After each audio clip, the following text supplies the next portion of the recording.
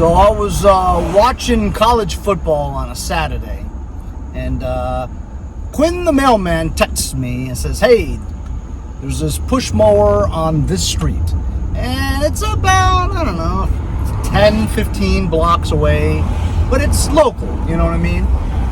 This was just a little while ago, and I see it. There it is. Ooh, it's kind of cool.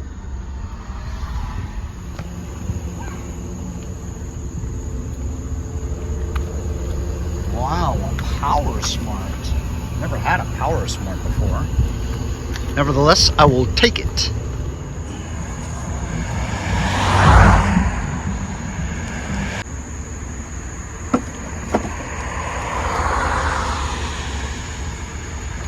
Power Smart. How about it? It's got a blade. I've never seen this carburetor before. Never seen this engine before. I'm not sure. Power Smart. Did they put power more engines on it? I don't know what kind of engine that is. But the mower itself is in decent shape. Looks kind of new.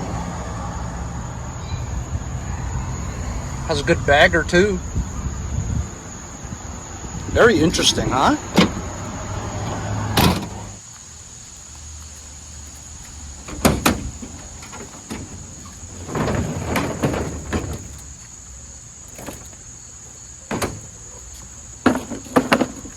Looks to be in really good shape, doesn't it?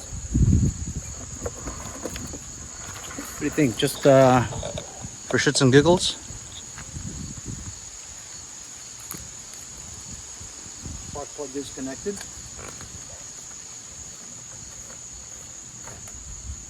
There is gas in it. It does have a primer bulb on it. Red primer bulb. And it doesn't seem like, it's sort of like sputtering in terms of priming. Like, it's kind of priming, but not really. You feel like there might be a leak or something like that, a vacuum leak.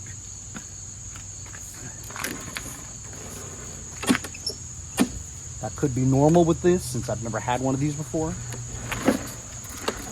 Ooh, guess what? It is locked up.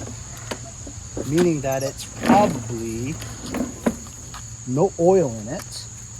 You guys see this? There's probably no oil in it and it's seized. Huh. Look at that oil. Yep. It's got a lot of gray stuff in it. And what that is, gray stuff is actually remnants of like grinded bearings, you know what I mean? So I have a feeling that went low on oil. Let's pull this spark plug thing so it doesn't inadvertently turn while I do this. See, it's locked up. Sometimes you can break it.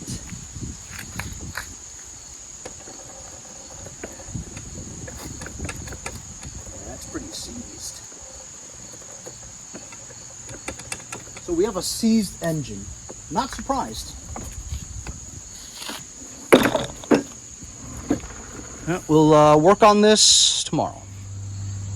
So yesterday I just finished the video on this thing, me doing the deck with the JB Weld.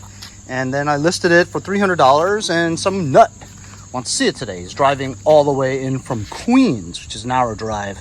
We'll load this up and see what we get for it.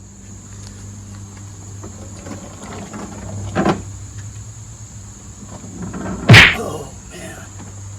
Oh. This thing's heavy.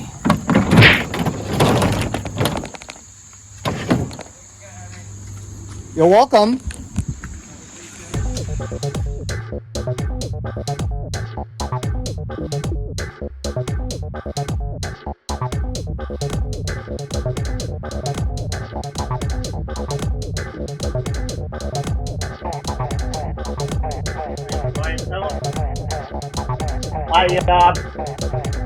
It's like a hobby.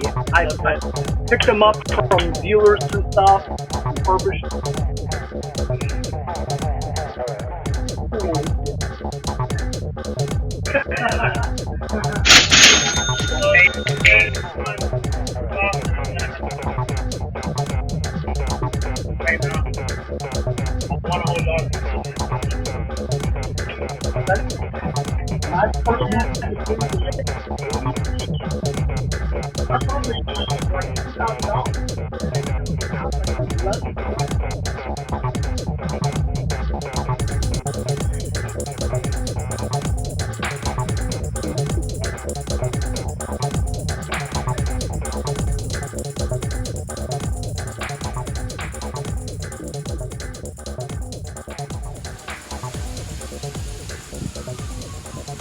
You guys saw what happened? Hysterical. So I brought him the Toro Recycler Personal Paste, the one that I just put the steel sticks on and fixed the rotted deck, whatever. He was a first-time lawnmower buyer, didn't know nothing. I'm sorry, didn't know anything. But he inspected it like he was a mechanic. Sure enough, he worked for the city of New York as a mechanic. So he was looking through, up, down, everywhere, and I was getting really nervous because the deck is rotted, you know, I just repaired it, you know. So he was like, I don't know, you have anything else? And I says, do I have anything else? So I told him I had that beautiful Craftsman that I picked up with the Husqvarna the other day off the street. The one that looks like it's never been used. Anyway, I had that listed for $350. The all-wheel drive Craftsman, the red one, beautiful. And I also showed him the Toro with the Troy-Bilt with the Honda engine on it, self-propelled. So that was for $275. I had the Craftsman all-wheel drive listed for $350. And I says, I don't really want to sell the Craftsman because I know I'll never get an all-wheel drive in this condition like that. And he's like, I'll take that one. I'm like, don't you want the Troy-Bilt one? I'll tell you what, I'll go from $275 to $250 to take the Troy-Bilt. After I boasted about the all-wheel drive Craftsman, I showed him everything, you know, he looked at it, it's like, yeah, it looks new, like it's never been used. I want that one, $350. And I'm like, I probably will never get one again like that, but I got it. I sold it for $350. Now $350 is the most money I ever got for a push lawnmower. Whatever, you know what I mean? So pretty stoked about that. I had to bring him back to my house because he didn't look like a nut, you know what I mean? He was a nice guy. So, and look, I sold him a really good mower. I just don't have one anymore. Anyway, some other nut wants to buy one of my Power Smart generators that I did a review on. So I have that listed for $400. See if we get $400 for that. So that'd be a great day if I sold that too, you know. $750 for free. That's right, free. Free! For free! That's right, brand new from the factory. They had sent me 3 of them.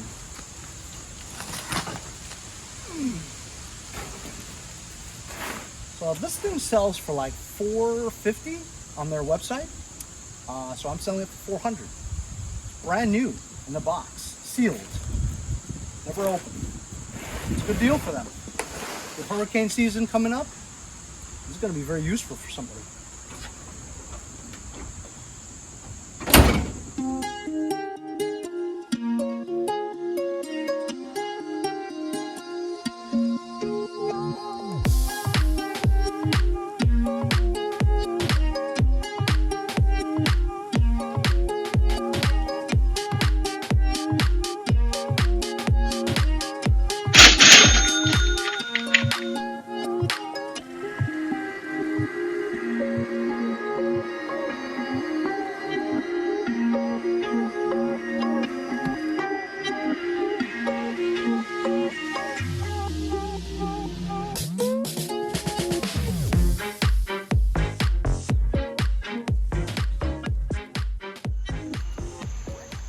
I'm a selling machine today. Sold that generator for $400. The guy was a little bit strange, so I'm glad he didn't come over to my house, you know what I mean? But gave him a box. It could have had rocks in them or something like that. Still gave me $400 for a box that he doesn't have any idea what's in it. Usually you'd say, you know, can you open it up and let me see, you know? I don't know. if I was a really bad person, I'd try to get over on somebody like that, but I'm not. Good day. Hey, so I'm outside Hicksville Volkswagen service. That's where my buddy Bill Martini works as a foreman, technician, mechanic. Anyway, so when I drove my wife to the airport one time in New Jersey, Newark, I still had that shuddering when I slowed down in traffic and stuff. And then once you throttle up, it's smooth again. So I changed my VCT, VVT stuff, and it still happens once in a while. I just drove from my house to Hicksville. It's about half an hour. I didn't have any shuddering, so I don't know if it fixed or not. But anyway, during that time, my AC stopped working. So I did a lot of voltage testing and all this and that, and it looks like my compressor is seized. Not seized, but the clutch is grounding itself, so it blows fuses. And that's why it doesn't work. So Bill said that he would evacuate my system for me for free, and I bought a new compressor for $100 off of eBay. So he's gonna evacuate the system, purge all the Freon in it, and then I'm gonna go home, and one of these days I'm gonna swap out the compressor, and then I'm gonna bring it back here again, and he's gonna re-Freon my system, and hopefully that'll fix my problem. But so far so good. I think my thing is still misfiring. I feel like it, I mean, it's smooth, but it could be smoother. So even though I changed one of my ignition pack coils on cylinder number 5, I believe it might still be misfiring, and I didn't change them all. I should change them all. And then I think I eventually should change my spark plugs. But I read somewhere about F150s where the threads are so, there's like only 2 threads that you could screw it all up, you know, and I'm scared to do it. But I gotta do what I gotta do, you know what I mean? Anyway, so I'm waiting for Bill to come, and hopefully I'll be able to show you guys him evacuating my system in Volkswagen service station. There's the dealership. It's the service place for Volkswagen. And there's Bill. He's doing this for me on his lunch break. What a guy. It's Henry! Emergency blowers, what's up, Billy? Oh my goodness. What's going on? I got a misfire. I'll move the coil and see if the misfire follows it. Yeah, I unplugged the pigtail on the coil just to see, and I do notice a difference. On an 8, I don't really feel that much of a difference. Where the hell do you park anyway? Your car? My truck is up there across the street from that car trailer. Oh, you don't have your own big shot parking? No. They give us the mirror hangers, so the cops know not to bother up the cars with mirror hangers in them. You know, the tags, you had a tag 1561. Oh, yeah. We hang those in our car, and they know not to bother us. So this is okay to do? What about that boss that you don't really like? He's not around. Even if he does come around. He gives you guys carte blanche? Just look through it. Nice. Bill, what did you just do? I just hooked up the AC machine to his car, his truck, and now I'm going to pull it down, hit recover, turn it on, and press recover. Cool. Now, what would you guys actually, maybe I shouldn't say that. What would somebody normally charge for this at a place? Usually about 1 hour's labor, whatever that labor rate is. It's like $135? Could be, yeah. Does it take 1 hour to do this? So Bill, exactly what is this machine doing talking to lay people? It's sucking out the Freon in my system? It's not Freon, it's called refrigerant. Pumping refrigerant out of the car. And then it's going to pull it into a vacuum. And then I'll close the valves, and then when you replace the compressor, I'll pull it into a vacuum, and then I'll recharge it with the correct amount. So is it R134A? Yes. That's exactly what that is? Yep. What about the ones where you go to Advance Auto Parts or something and you buy the $50 bottle with the hoses, and you know what I'm saying? Like for people to do it themselves to top it off? It will work. If you're just topping off, yeah. But if you've got an empty system, you want to pull it into a vacuum to remove any moisture out of the system. So that's not 134A. That's a different one, right? Well, that's all 134A. It is also a hot shot thing that just it adds to the low side of the system. It just adds it. So when you evacuate this, as we're doing right now, right? I've been reading about like oiling the compressor, or some say that it comes oiled. Filled with oil first. Yeah. No shit. Filled with oil. So when you hook the compressor up, don't put the belt on.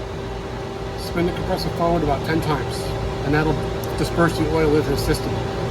You mean with my hand? Yeah. Spin Spin that center part of the compressor that turns. Spin it in the direction of engine rotation. So the center one is the clutch, though, isn't it? Yeah, that's connected right to the shaft. The compressor itself. The clutch just engages and locks it up. So you want me to use my hand and turn the pulley? Not the pulley, the center part. The center part. The center part is the clutch. That's connected to the shaft. I want you to spin that shaft to get the oil that's in that compressor. I don't want it laying in there when you first fire it up. But I want it into the system. But the clutch is not engaged without power, so therefore, when I spin it, I'm only spinning the clutch, not the shaft. You're spinning the shaft. I am? The clutch engages the pulley. Oh, right. That's right. Clutch engages the pulley. You're so smart, Bill. I got education. Bill is working on an all electric car. All electric. What's it called? ID4. ID4. What year is this? This is a 2021, I think. 2021? They made all electric in 2021? This is the first year for this one. It's not, this one actually says first edition on the side of So it. what's wrong with this car today? Oh, it's here for a bunch of recalls. Oh. About 8 of them. 8 recalls? So this guy's getting this done for free? Yeah, it's all the warranty. Wait, what's it done for? Free! Bill's got a flux capacitor here. Maybe he could put it in my truck. We can go back in time. It's pulling the refrigerant system into a vacuum right now. Into what vacuum? Into here somewhere? It's a vacuum canister. It's a canister that stores all the refrigerant that came out of your car is in this machine now. Okay. And now it's pulling the entire system into a vacuum and it's pulling out the moisture. If there was any moisture in there. Oh. It boils it off. And so this is a universal connection? I mean, they fit on every car? All 134A cars. Isn't all cars R134? Not anymore. No, now we're using the 1234YZ. This crazy stuff's about $700 a month. So, what's... You weren't that low. 1.24 homes? You weren't that low. So what was spec on it? 1.5. 1.5. So it wasn't too low. Yeah. Cool. What's the bad part of... Like, what if I just disconnected the hoses and let it all leak out into the atmosphere? Not a good idea. Why? Tell me why. Idea. Because refrigerant's under pressure, one. Yeah. And you get frostbite. Who will get frostbite? You get your fingers on it. Whoa, if I just loosen up the bolt and move the pipe up, and it'll just leak out into the environment. It'll burst, and the pressure behind that, this is not good for the environment. What does it do to the environment? Ozone level. It depletes the ozone Come level. on, my car, just one leak is gonna ruin the ozone layer so I can destroy the world? And how many followers that might do the same thing you have? Oh, that's true. Well, if I did it, don't do it.